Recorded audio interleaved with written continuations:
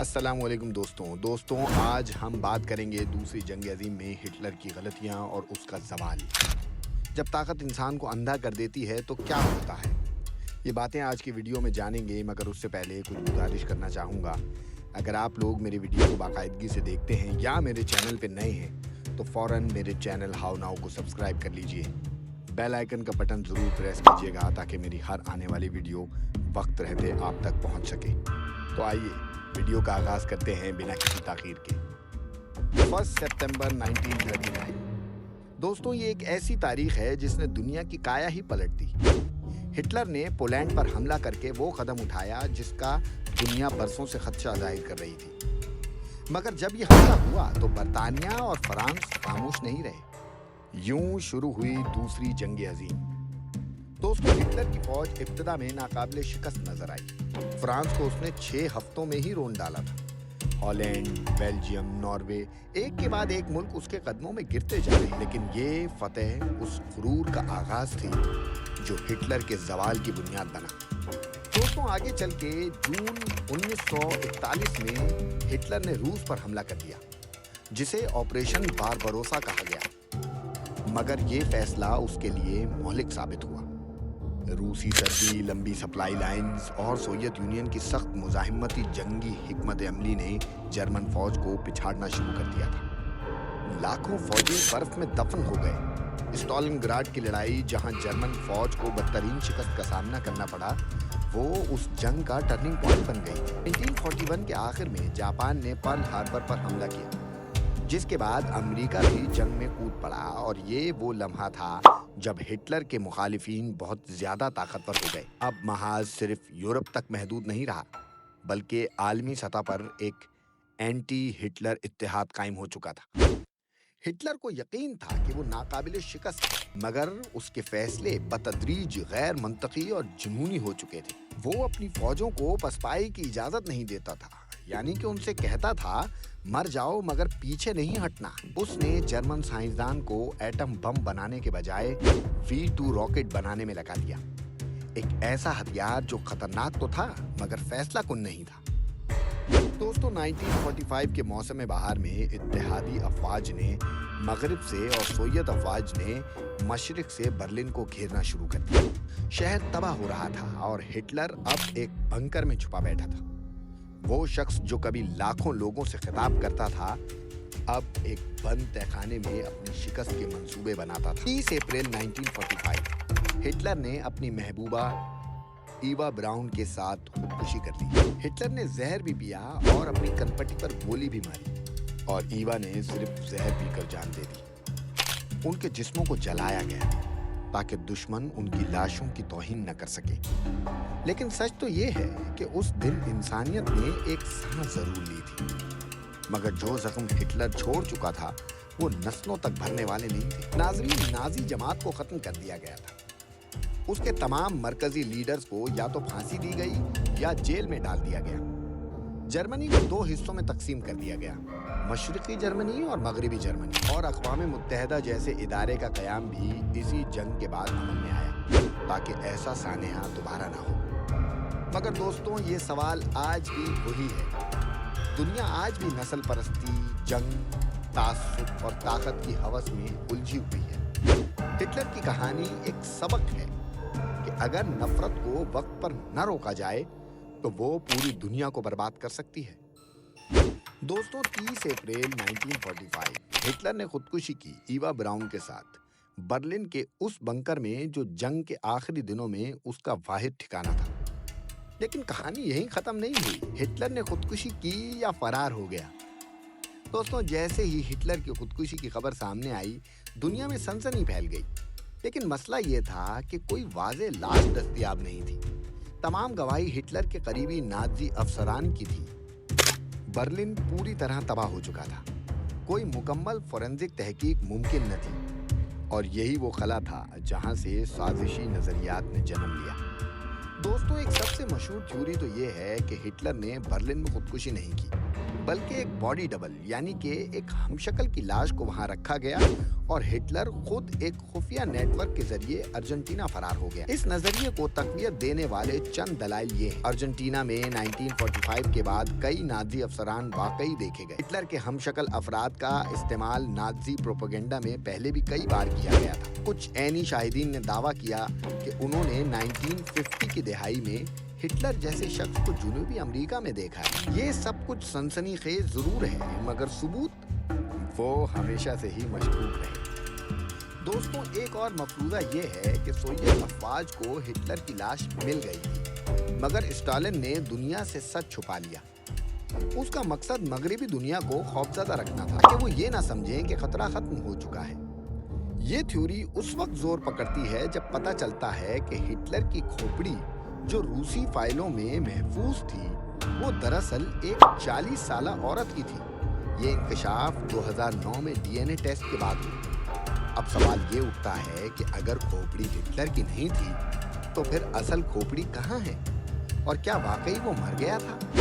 FBI ने 2017 में कुछ डीक्लासिफाइड फाइल्स जारी की जिनमें वाज़े तौर पर यह दर्ज था कि कई इंटेलिजेंस रिपोर्ट हिटलर की मौजूदगी को जनूबी अमेरिका, स्पेन और यहाँ तक के इंडोनेशिया में रिपोर्ट कर रही थी। मगर चूंकि कोई ठोस सबूत मौजूद नहीं था, एफबीआई ने उन पर मजीद कार्रवाई नहीं की। ये फाइल्स आज भी पब्लिक डोमेन में दस्तयाब हैं और साजिशी नजरियात के मानने वालों के लिए ये सोना है।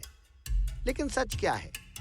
तारीखी शवाहिद के मुताबिक हिटलर और ईवा ब्राउन की लाशें जुज़वी तौर पर जल चुकी थीं। उनकी बाक़ियात रूस के कब्जे में थीं, जिन्हें बरसों बाद खुफिया तौर पर ख़त्म कर दिया गया। हिटलर के दांत जो एक डेंटिस्ट की फाइल से मैच करते हैं, उसको ही सबसे मुस्तनद सबूत माना जाता है कि वो वाकई मर चुका था। लेकिन चूंकि कभी कोई तस्वीर, मुकम्मल लाश या अवामी तस्दीक सामने नहीं आई, इसीलिए हिटलर की मौत एक धुंधली सच्चाई में लिपटी हुई है। और ये सवाल आज भी जिंदा है, क्या वाकई हिटलर बंकर में मर गया था या फिर दुनिया की आंखों में धूल झोंक कर निकल गया?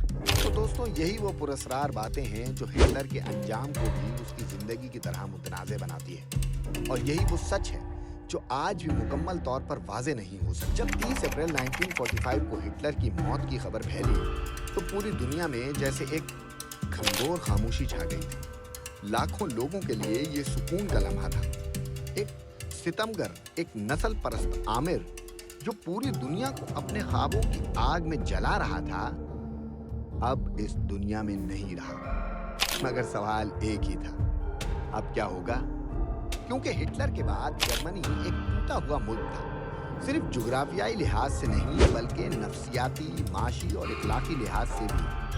शहर तबाह हो चुके थे, इंफ्रास्ट्रक्चर जमीन बोस हो चुका था। जर्मन कौम अपने लीडर के ख्वाब की लाश पर मातम कर रही थी। जर्मनी को 4 जोन्स में बांट दिया गया था: अमरीकी जोन, बरतानवी जोन, फ्रांसीसी जोन और सोवियत जोन। और यही तकसीम बाद में मशरिकी और मगरिबी जर्मनी के क़याम का सबब बनी। दोस्तों, मशरिकी जर्मनी सोशलिस्ट जबकि मगरिबी जर्मनी जमहूरी। हिटलर के जाने के बाद दुनिया को पहली बार नाजी जुल्म का असल चेहरा देखने को मिला। कॉन्सेंट्रेशन कैंप से जब लाखों कमजोर, जख्मी और भूखे लोग निकाले गए तो आलमी मीडिया के होश उड़ गए। उन कैंपों से जो तस्वीरें और कहानियां सामने आईं, उन्होंने पूरी दुनिया को झंझोड़ कर रख दिया। 60 लाख यहूदियों का कत्ल सिर्फ उनकी नस्ल, अकीदे या शनाख्त की बुनियाद पर इंसानी तारीख का सियाह तरीन बाब बना। यही वो लम्हा था जब दुनिया ने तय किया, नेवर अगेन। दोस्तों, सब के बीच अक़वाम मुत्तहिदा का क़याम एक नई उम्मीद साबित हुआ। 1945 में ही हिटलर के खात्मे के फौरन बाद दुनिया ने एक नई तंजीम बनाई, अक़वाम मुत्तहिदा, यूनाइटेड नेशन। उसका मकसद था बैनुल अक़वामी अमन कायम करना, इंसानी हुकूक का तहफ़्फ़ुज़ करना, नस्ल कशी जैसे वाक़यात का दोबारा न होने देना। ये तंजीम नाजी जराइम के असरात की बराह रास्त पैदावार थी। दोस्तों, होलोकास्ट के बाद यहूदी बिरादरी को एक महफूज वतन की ज़रूरत महसूस हुई। अमरीका, बरतानिया और दीगर मगरबी ताकतों ने फ़लस्तीन की सरजमीन को यहूदी रियासत के लिए मुंतखब किया और यूं 1948 में इजराइल का क़याम अमल में आया। ये क़याम फ़लस्तीनियों की सरज़मीन पर हुआ। नतीजा एक नया और आज तक जारी रहने वाला तनाज़े। इजराइल का क़याम बज़ाहिर हिटलर की नफ़रत का रद्द-ए-अमल था, मगर उसने मशरिक़ वस्ता को एक नए मैदान जंग में बदल दिया। दोस्तों, हिटलर के जाने के बाद दुनिया को ये खतरा लाहक रहा कि अगर मुस्तकबिल में कोई और शख्स ऐसे अज़ाइम लेकर आए तो क्या होगा। इसी दौरान दो ताकतवर मुल्क अमेरिका और सोवियत यूनियन दुनिया के नए ठेकेदार बनकर सामने आए और यही सर्द जंग की बुनियाद बनी। और वो दो नजरियाती ब्लॉक्स, कैपिटलिस्ट वेस्ट यानी कि सरमायादाराना मगरिब, सोशलिस्ट ईस्ट यानी कि सोशलिस्ट मशरिक। हिटलर के इक़दामात का सबसे भारी खमियाजा खुद जर्मन कौम ने भुगता।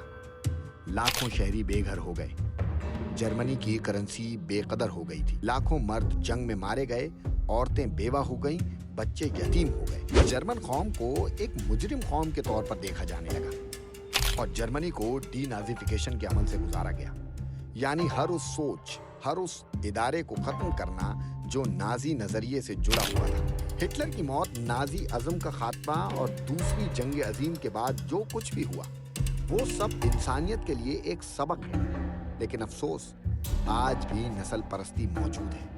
आज भी ताकतवर मुल्क कमजोरों को रोनते हैं। आज भी जंगी जुनून और फाशिज्म नई शक्लों में जिंदा है। हिटलर तो चला गया, मगर उसकी बाक़ियात, उसके नजरियात और उसके जख्म आज भी दुनिया के जिस्म पर मौजूद हैं। दोस्तों, एक जालिम की कहानी क्यों आज भी सुनाई जाती है? एक शख्स जो 1945 में मर गया, एक शख्स जिसने दुनिया को दूसरी आलमी जंग में झोंका, एक शख्स जिसके नाम से लाखों लोग आज भी लरज़ जाते हैं। तो फिर सवाल यही है कि आज 80 साल बाद भी हिटलर की कहानी क्यों सुनाई जाती है? क्यों हर नस्ल, हर तालीमी इदारा, हर मौर्रिख हर बार उसका जिक्र करता है? क्यों वो मरकर भी जिंदा है? खबरों में, किताबों में, तकारीर में और इंसानी शऊर में हिटलर की कहानी सिर्फ तारीख नहीं, ये एक इंतबाह है, एक सबक है, एक चीख है जो कहती है अगर हम खामोश रहे, अगर हम अंधे हो गए तो तारीख अपने आप को दोहरा सकती है। हॉलोकास्ट, नस्ल कशी, मतलकुल अन्नानियत, डिक्टेटरशिप और अंधी वफादारी, ये सब हिटलर की विरासत है जिन्हें याद रखना हमारी जिम्मेदारी है ताकि वो दोबारा ना हो। दोस्तों, हिटलर महज एक सियासतदान नहीं था, वो एक मुताल्ला था, नफ्सियाती बिगाड़।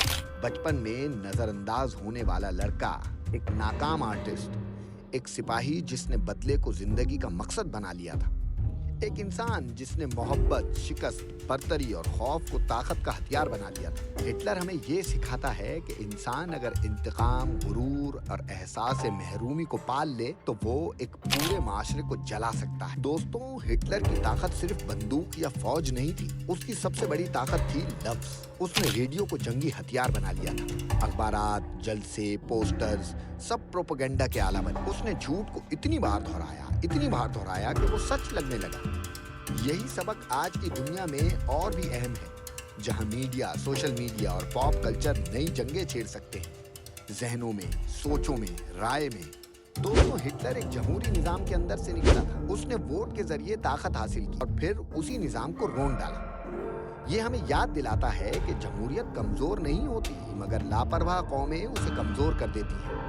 आज जब दुनिया में हर जगह आमिराना सोच, फाशिज्म और कौम परस्ती फिर से उभर रही है, तो हिटलर की कहानी हमें झिझोड़ती है, खबरदार करती है कि खबरदार, खबरदार, खबरदार, तारीख को दोहराने न देना। दोस्तों, जब हम हिटलर के जुल्म की दास्तान सुनते हैं, जब हम बच्चों, औरतों और बेगुनाहों को गैस चैम्बर में मरते देखते हैं, जब हम कौम को अपनी अजमत के जुनून में दूसरों को मिटा देने का जुनून सीखते देखते हैं, तो हमारा दिल बोल उठता है, बस अब बहुत हो चुका। यही वो लम्हा है जब तारीख सिर्फ माजी नहीं रहती, वो हमारे ज़मीर को बेदार करती है। और आखिर में हिटलर मर गया, नाजी अज़्म की हुकूमत खत्म, जर्मन कौम ने माफ़ी मांगी, मुआहदे हुए, मुजरिमों को सज़ा मिली। मगर सवाल ये नहीं कि हिटलर कब मर गया, सवाल ये है क्या हिटलर जैसा सोचने वाला आज भी कहीं जिंदा है? और यही वजह है कि हिटलर की कहानी सुनाना, दिखाना और याद रखना सिर्फ तारीख का हिस्सा नहीं, ये इंसानियत के बचाव की लड़ाई के लिए इस वीडियो को ज्यादा से ज्यादा लोगों तक पहुंचाएं। मेरी आवाज बने। वो जुल्म जो यहूदियों पे हुआ था आज फिर से फलस्तीनी मुसलमानों पर हो रहा है और हम सिर्फ अफसोस कर रहे हैं। जैसे पहले करते रहे। मेरे चैनल को जरूर सब्सक्राइब कीजिएगा, वीडियो को लाइक करें और अपने दोस्तों के साथ शेयर करें और कमेंट करके फीडबैक जरूर दीजिएगा और बताइएगा कि हिटलर की कहानी से आपने क्या सीखा।